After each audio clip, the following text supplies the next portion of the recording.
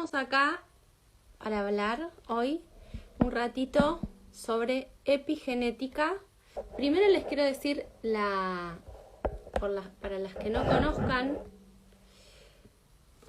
la definición que más me gustó para entender la epigenética. Tiene que ver con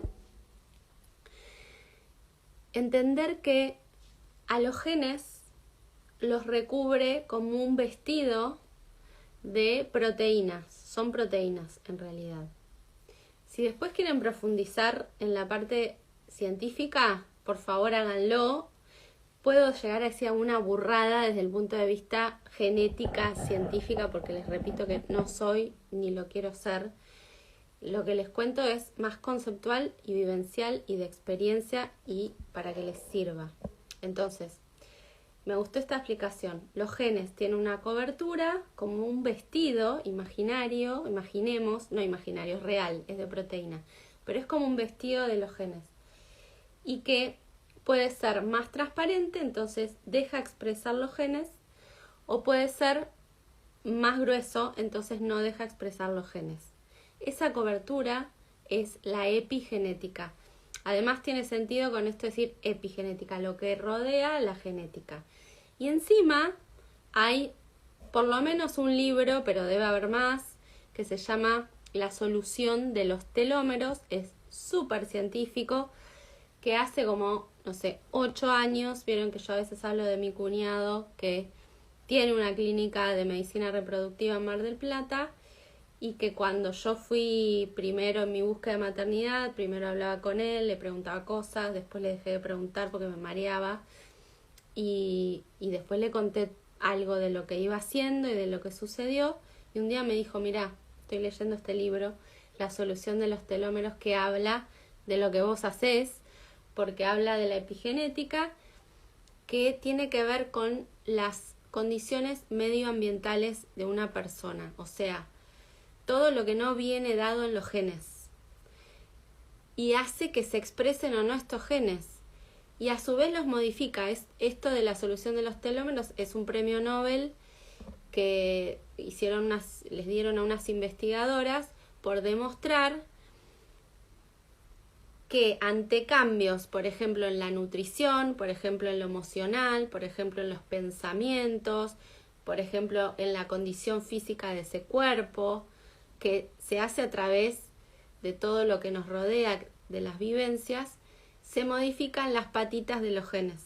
Se hacen más cortas o más largas. O sea que incluso modifican la genética. Entonces, me parece piola este concepto para todas las seguidoras y las miembros de esta comunidad tan querida. Eso, sigan mandando corazoncitos. Me parece piola para las que les gusta conocer desde la ciencia, como que si es la cosa demasiado espiritual o no tiene una verificación hecha por la ciencia, como que les suena un poco inexistente.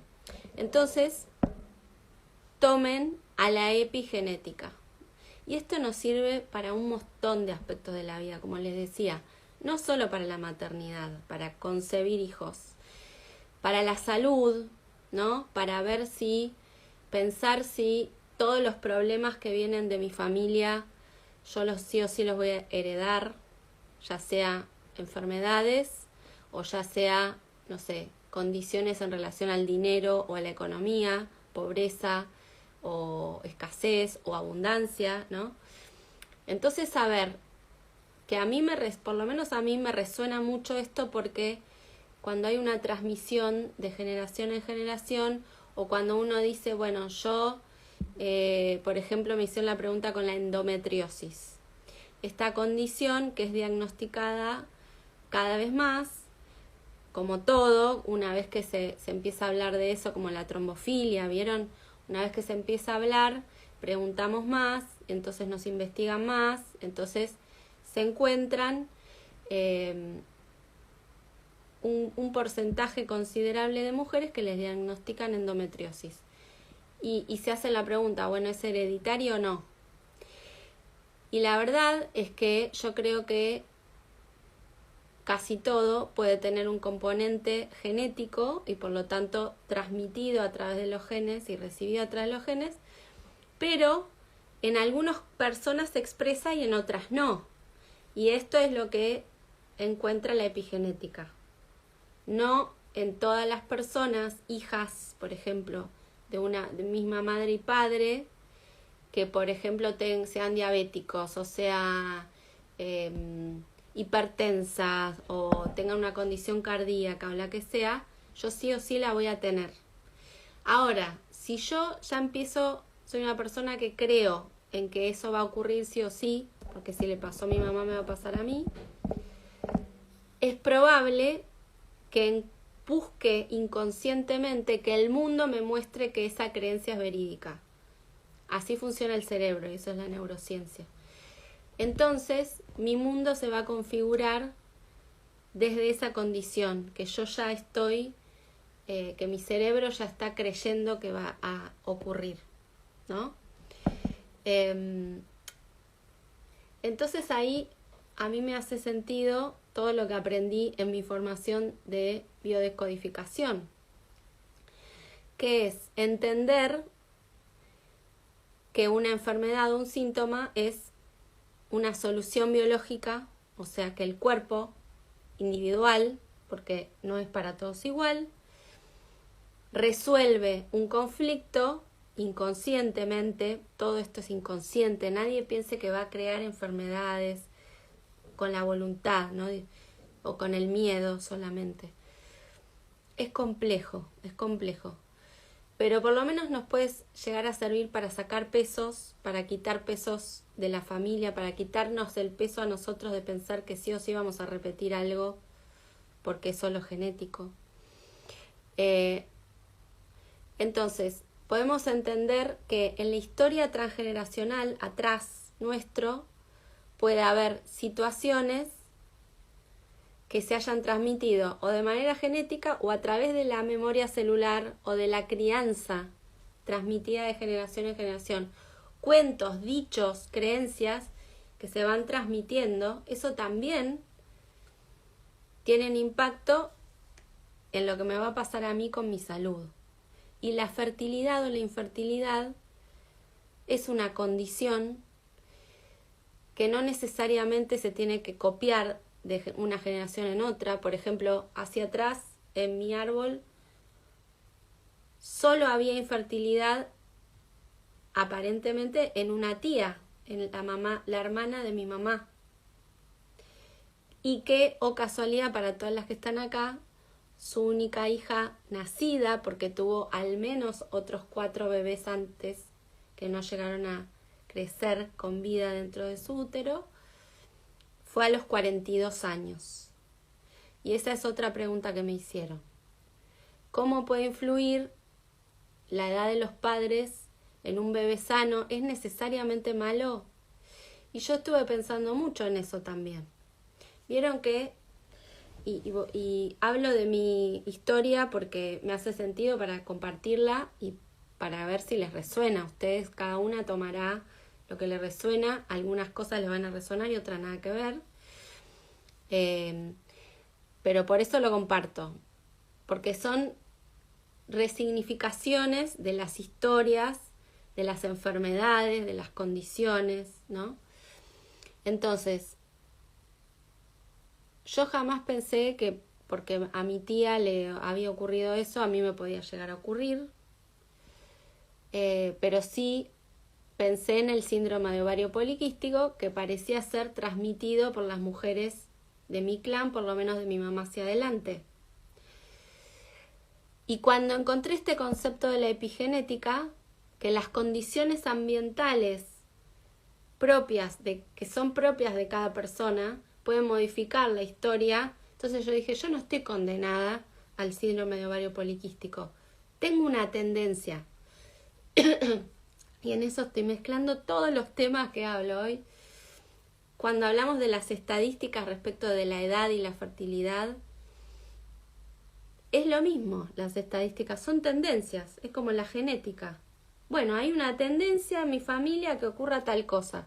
Hay una tendencia en la población a que ocurra tal cosa con la fertilidad, con la expectativa de vida, ¿no? Esto ya se los dije varias veces. La expectativa de vida en este momento en la Argentina es aproximadamente 76 años y hay pila de personas hoy con más de 76 años vivas y sanas. Entonces, la estadística es una tendencia, no es una verdad absoluta para todas las personas. Lo mismo ocurre con la fertilidad y las estadísticas y la edad, ¿no? Es una tendencia. Y lo mismo ocurre con la genética. Había una tendencia en mi familia que las mujeres que venían de la línea de mi mamá tuviésemos síndrome ovario poliquístico. Ahora, en mí se revirtió y yo empecé a menstruar después de muchos años de no hacerlo y a ovular regularmente. ¿Y qué cambié para que eso ocurra? Primero, la creencia de que sí o sí lo iba a tener de por vida y que era como una condena y que eso me ocasionaba infertilidad. Primero, no es que sí o sí da infertilidad. Lo mismo la endometriosis, una de ustedes me preguntó. Lo mismo que te digan baja reserva ovárica, edad alta, lo único que te queda es la ovodonación, ya sos grande, y otras etiquetas, endometriosis, adenomiosis, y en los hombres otro tanto, ¿no? Espermatozoides, medios lentos, medios deformes, medios que tienen nombres más científicos. Y lo mismo con otras condiciones, mujeres, no solo con esto. Yo estoy hace rato trabajando la prosperidad económica en mi vida. Entonces, de a poco, con este concepto en la cabeza de la epigenética y además sabiendo que no es una creencia, que eso no es una cosa loca, esotérica, sino que es científico, tiene más o menos unos 15 años el descubrimiento de la epigenética y la demostración. Seguramente que algunos locos científicos lo hablaban mucho antes y no les creían. Entonces, más o menos hace unos 15 años dijeron, no, esto existe. Y hay una rama de la medicina, por lo menos en mi ámbito, muy desconocida, que se llama psiconeuroinmunoendocrinología, que tiene que ver con la influencia de la epigenética. Bueno, yo que estuve acompañando dos mujeres muy importantes de mi familia en su paso a otra vida, en su muerte, también estuve investigando sobre los enfermos terminales y entonces cuando te dicen por tendencia, por el conocimiento que tiene la medicina con determinada enfermedad es terminal, ¿no? Hay desde la epigenética, desde esos acompañamientos de la psiconeuroinmunoendocrinología, gente que con ese pronóstico vive mucho más allá del pronóstico, igualmente, que se remite el cáncer o la enfermedad terminal, ¿no? Y eso es que las condiciones ambientales cambian, pero parte de cambiar la creencia, de que esa persona no está negando la realidad, porque cambiar las creencias y sentir que uno puede estar más allá de la genética o más allá de las estadísticas o más allá de los pronósticos, no es desoír y decir y mentirse a uno mismo y decir, no, yo no tengo la enfermedad o yo no tengo esa condición de base o no tengo la edad que tengo. No es eso, sino es decir, bueno, está bien, tengo esto, está este pronóstico, me etiquetaron con esta enfermedad o me etiquetaron con esto de que la edad o con esta condición que puedo llegar a heredar. Existe. ¿Puedo hacer algo desde mis condiciones ambientales para cambiar esa situación y para que mi cuerpo y mi biología interprete otra cosa diferente y deje de interpretar que desarrollar, por ejemplo en mi caso, síndrome de ovario poliquístico y no ovular, ¿no es lo mejor para mí ahora? Que tal vez es una solución que dio la biología para resolver un conflicto inconsciente al que no tenía acceso. Pero ¿qué pasa si hoy yo necesito, para lograr mi deseo, por ejemplo en este momento de ser mamá, en este momento de ser expansiva, de acompañarlas a ustedes, de crear el segundo útero de Nidra Mater, y bueno, y otros deseos y objetivos que tengo en mi vida y se me bloquea la cosa, no llega. Bueno, a ver, ¿qué creencias? Lo primero que tenemos que hacer es qué creencias hay detrás de eso. ¿Qué historia familiar hay detrás de eso? Cada una anote. Otra cosa importante, mujeres, para esto. Hay que ir una cosa por vez, ¿no? Es como que si no, además nos abrumamos y nuestro cerebro se abruma igual.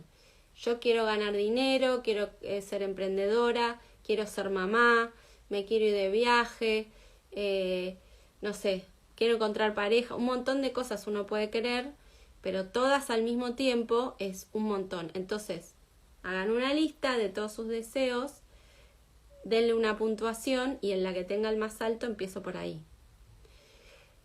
Entonces, empiezo a investigar cómo operativamente, activa y prácticamente se hace con todo esto, para que no sea también una cosa que digan, qué lindo la epigenética, la biodecodificación y todo eso, pero no tengo idea cómo llevarlo a la práctica. Y además me encantaría que estén cada vez más mujeres acá escuchando que no solo quieran ser mamás, sino otras situaciones a resolver o a destrabar en la vida. Entonces, tengo este deseo, lo vengo intencionando, vengo diciendo qué es lo que quiero y no llega. A ver, ¿qué hay en mi historia transgeneracional atrás de mi nacimiento? Abuelas, tías abuelas, bisabuelas, abuelas y abuelos, lado materno y lado paterno, no solo un lado. ¿Qué hay relacionado con este tema? Dinero, emprendedorismo, crear, recibir un bebé, tener una familia que deseo, una pareja, la casa que es, desde lo más terrenal a lo más espiritual, ¿no? El objetivo que cada una quiera. Entonces, ¿qué hay con eso? Y empiezan a investigar. Le preguntan a la mamá, al papá, a la tía, a la abuela, a la prima. Siempre hay una tía que sabe más que otra. Yo hablé con mis 2 tías para hacer mi árbol transgeneracional, por ejemplo. Más que con mi mamá y con mi papá, que estaban ambos vivos cuando lo hice. Primero, en relación a la infertilidad que yo tenía en ese momento. Esto les estoy hablando en el 2014, no sé. Bueno. Entonces, de ahí encontré un montón de cosas. Antes de mi nacimiento, en relación, por ejemplo, a que había una abuela, una bisabuela, por lo menos, que sus mamás habían muerto al parir, ¿no? Después mi tía con varios bebés no nacidos con vida antes de que llegue su hija a sus 42.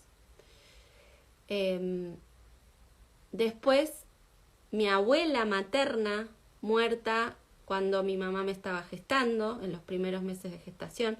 Eso es epigenética y eso es esa transmisión que hay tan fuerte cuando estamos siendo gestadas entre la mamá y el bebé.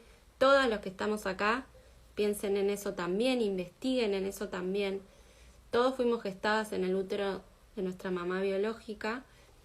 ¿Y qué sentía ella? ¿Qué atravesó? ¿Qué pasó en la familia mientras estábamos siendo gestadas? También forma parte de nuestra epigenética y de esto que recibimos, que no teníamos conciencia, que no le podíamos poner palabras y que no sabíamos si era propio o era de la mamá. Entonces, yo resignifiqué esa situación que ya conocía, por ejemplo. Esa sí la conocía. La de mis abuelas y bisabuelas no. Pero esa sí. Pero las resignifiqué. Dije, ¿qué debo haber recibido yo de bebé? Con mi mamá, recontra amante de su mamá, o sea, amorosa con su mamá, pegota, se llamaban iguales encima.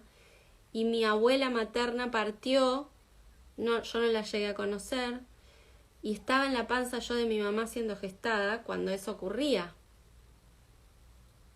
Y yo recibí que mi mamá me decía que trató de no ponerse triste para no afectarme, que eso es una creencia errada que tenemos las madres, aprovecho, y que han tenido nuestras madres.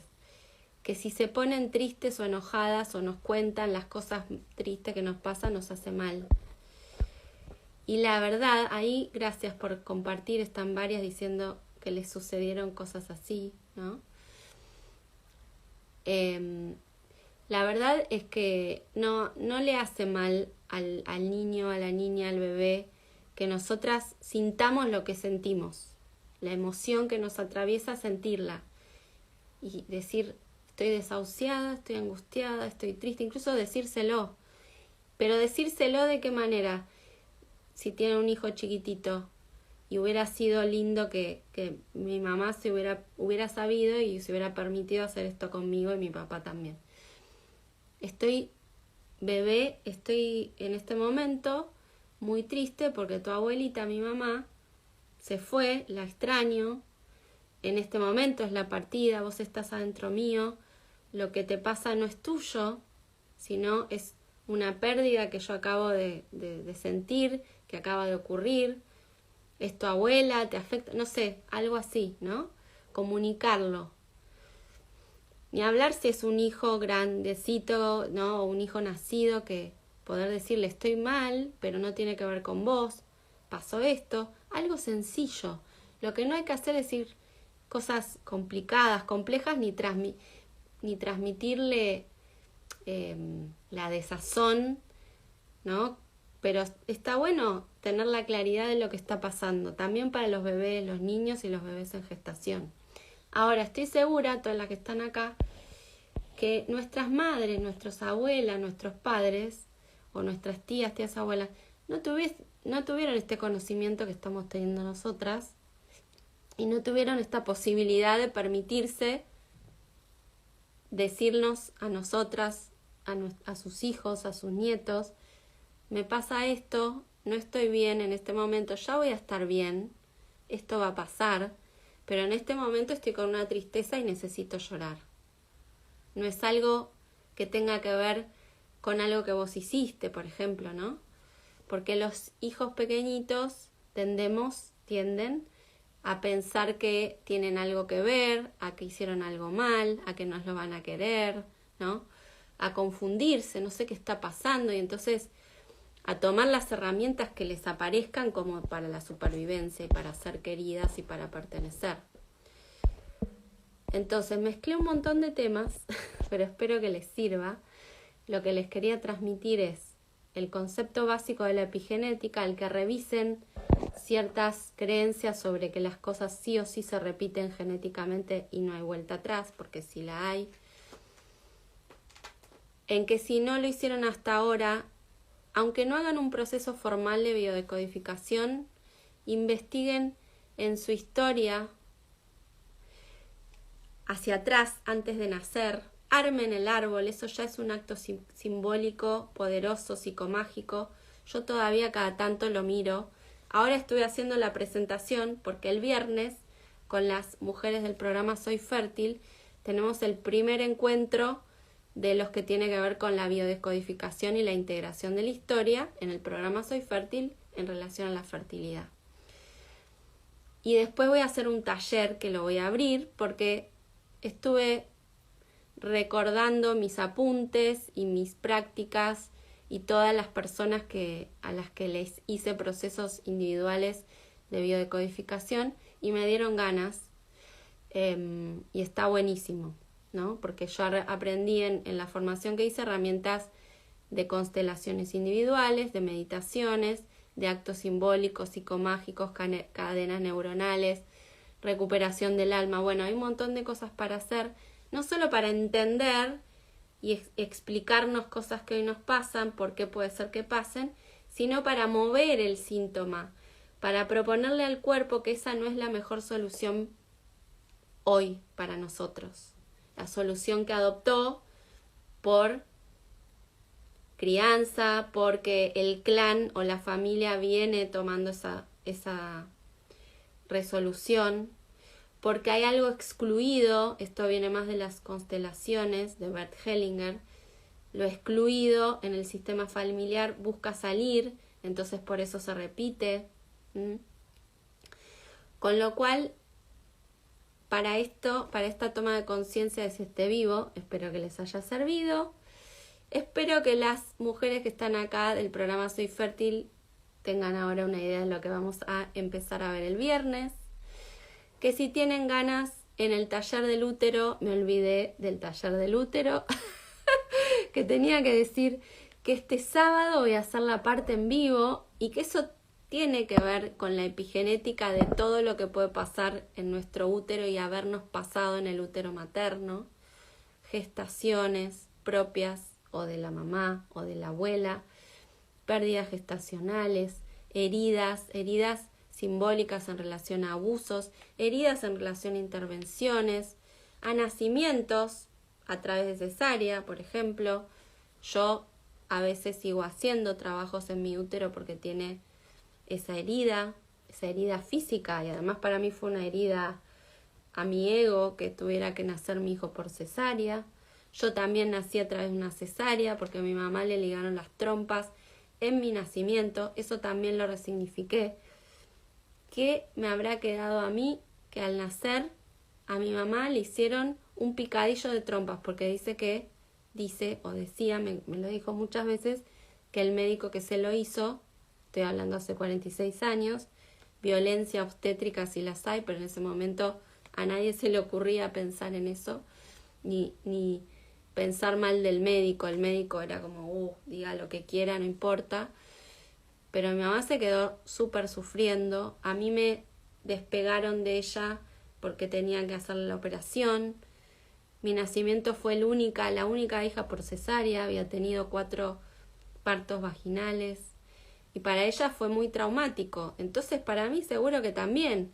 Y en una medida tan inicial de la vida, que encima no sabía que eso era de ella y no mío. Entonces no tengo idea del impacto que todo esto me trajo. Estaba lo de mi abuelita, lo de mi nacimiento, la ligadura de trompas de mi mamá, mi otra abuela, que su mamá falleció cuando fue su parto en el campo, mi otra bisabuela Mariana, que también su mamá falleció. Bueno, entonces todo eso se va sumando, y cuando yo lo entendí, haciendo mi proceso de biodescodificación, dije, claro, ¿cómo yo no voy a ser la única que tengo mambo para quedar embarazada en este momento? Y el síndrome de ovario poliquístico, que pensaba que era genético. Ahora, esto no es para culpar, no es para sentenciar, para decir, ¿cómo ves? Enojarme con la abuela, con la bisabuela, con mi mamá, que no pudo esto ni el otro, sino es para comprender, para alivianar. No estoy fallada, tengo una carga encima que mamita querida. Pero entendiéndola, puedo liberarme de eso y puedo liberar a mi clan de eso, sí. Y adentran todas estas herramientas que yo aprendí en la biodecodificación, pero que la verdad que son de las constelaciones, de la meditación, del yoga, de la respiración, de la psicomagia, del chamanismo hawaiano, no se llama chamanismo hawaiano, estoy mezclando. Bueno, no sé qué tradición hawaiana, está la recuperación del alma, la cadena neuronal de la neurociencia, la PNL, ¿no? Entonces ahí vienen las herramientas para mover la programación que tiene mi cerebro y mi cuerpo generando esos síntomas. Entonces puede ir para un montón de aspectos de la vida, para enfermedades, para trabas. Yo también hice ese proceso cuando quería ganar más dinero con mi emprendimiento, que es Nidra Mater, que lo tengo hace muchos años, y que fui superando ciertas trabas de mi programación, como no puedo ser emprendedora, yo tengo que ser empleada, me da mucho miedo, ¿no? Bueno, pude ser emprendedora, pude vivir de eso, a pesar de separarme, a pesar de no tener una casa propia, a pesar de estar en un país complicado, a pesar de no tener un título universitario de lo que emprendo, tenía un título universitario de otra cosa, pero estudié un montón y practiqué un montón y me sirvió a mí, y después empecé a compartir y les servía, entonces lo seguí compartiendo y fui haciendo, el profesorado de yoga lo hice antes, la formación en biodescodificación, la formación en una universidad en salud reproductiva y fertilidad humana, la formación en registros akáshicos, en terapia sacrouterina, varias. Y ahora hace rato que vengo haciendo en emprendedurismo, así que quiero ayudar a acompañar a terapeutas holísticas a que creen sus espacios expansivos, alineados con su sentido y con su ser y su servicio. Entonces empecé a hacer este trabajo transgeneracional y de epigenética y de resignificar qué había pasado en mi árbol atrás, en mi nacimiento, cómo estaba la familia en lo económico. Y empecé a entender que me había generado unas creencias, unas ideas en la cabeza de cómo eran las cosas con el dinero, con el trabajo, con la economía, que podía cambiar. Entonces después busco la manera de cambiarlas. No digo que es un día para otro, no digo es re fácil, pero sí está bueno, porque sacarse esas mochilas y saber que el mundo no es de una sola manera y que nos contamos historias que podemos empezar a contar nosotras y a cambiar, es maravilloso. Y una vez que lo empezamos a probar y a comprobar, ¡wow! Bueno, escuchen, tengo 4 solicitudes de video. Ya estoy terminando. ¿Alguna quiere aparecer? Encantada. Si me quiere hacer una pregunta.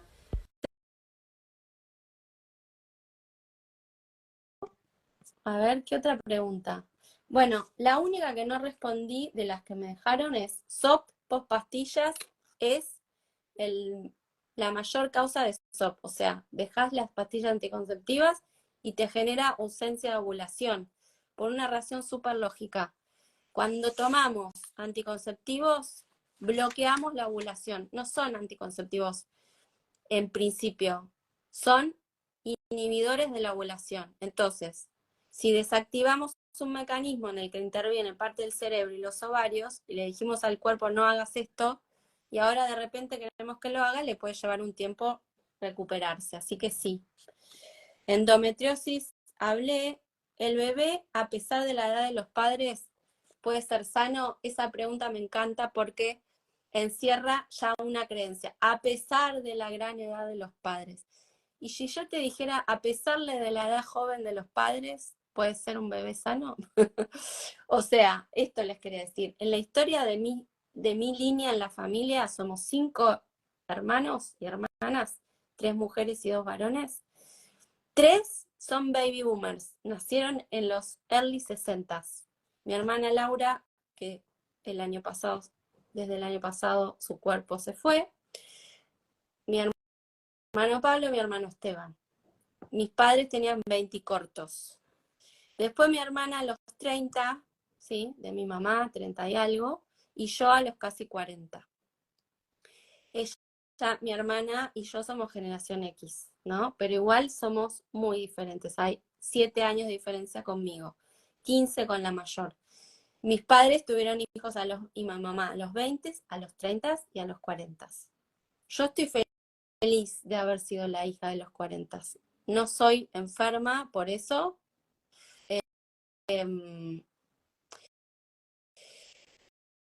De hecho, hasta ahora la única que tuvo una enfermedad grave fue mi hermana mayor, que se fue con una especie de cáncer muy complicado, que no tiene una explicación genética, digamos. Hay 3 que tienen hipertensión, yo soy de los que no tenemos hipertensión, por ejemplo, mi mamá tenía hipertensión, mi papá no, bueno, esas mezclas, ¿no? Pero digo, ¿qué es mejor, haber nacido a los 20, a los 30 o a los 40? Yo, que soy yo la de los 40, estoy feliz de haber nacido en ese momento de ellos. De mi mamá ni hablar, mi mamá estaba canchera con un montón de cosas, relajada, ¿no? Mi papá también. Todos me miraban y me decían, ¿cómo le decís esas cosas a papi? Nosotros no nos animamos ni a mirarlo a los ojos, no sé. Para mí hay un montón de cosas buenas que ocurren en nosotros a los 40 que por ahí no ocurren a los 20. Y hay algunas otras que son al revés, no sé, como el rendimiento físico, qué sé yo porque no soy deportista, pero hay mujeres de mi edad, 46, que están fantásticas haciendo deportes con su cuerpo. Yo por ahí digo, ¿qué tengo peor a mi edad a los 46 que a los 20?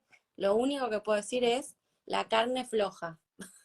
El resto me siento mucho más plena, mucho más alineada a mi ser, mucho menos exigente conmigo, con los demás, mucho menos de juzgar, con muchas más herramientas para pedir ayuda cuando no sé, para aprender, para acompañar a mi hijo ahora, que agradezco haber sido mamá a los 24. Y si hubiera tocado a los 24, hubiera hecho lo que podía y hubiese sido porque tenía que ser mamá a los 24. Pero no tuvo que ser, fue ahora, ¿no? Y esa es otra cosa que tenemos que empezar a entender. Lo que no fue, no fue. Lo que es, es. ¿Y qué hago con eso? ¿Cómo hago para pasarla bien con eso? Para tener una experiencia de vida enriquecedora para mí y los demás. Bueno, me pasé de tiempo, hablé un montón de cosas. Las que se quieran sumar al taller del útero, lo hago en vivo, la parte en vivo, porque tiene un montón de cosas más. Le sumé cosas, el útero y la luna, eso es un bono. Ya hice los videos, pero se los pongo después del sábado. Las afecciones del útero, herramientas concretas, de todo esto son herramientas concretas para que les sirva. La nutrición del útero, más la meditación alquímica en vivo. Ahí aprendemos ejercicios de tantra, de yoga, de tai chi, de respiración, de movimiento, la caricia interna,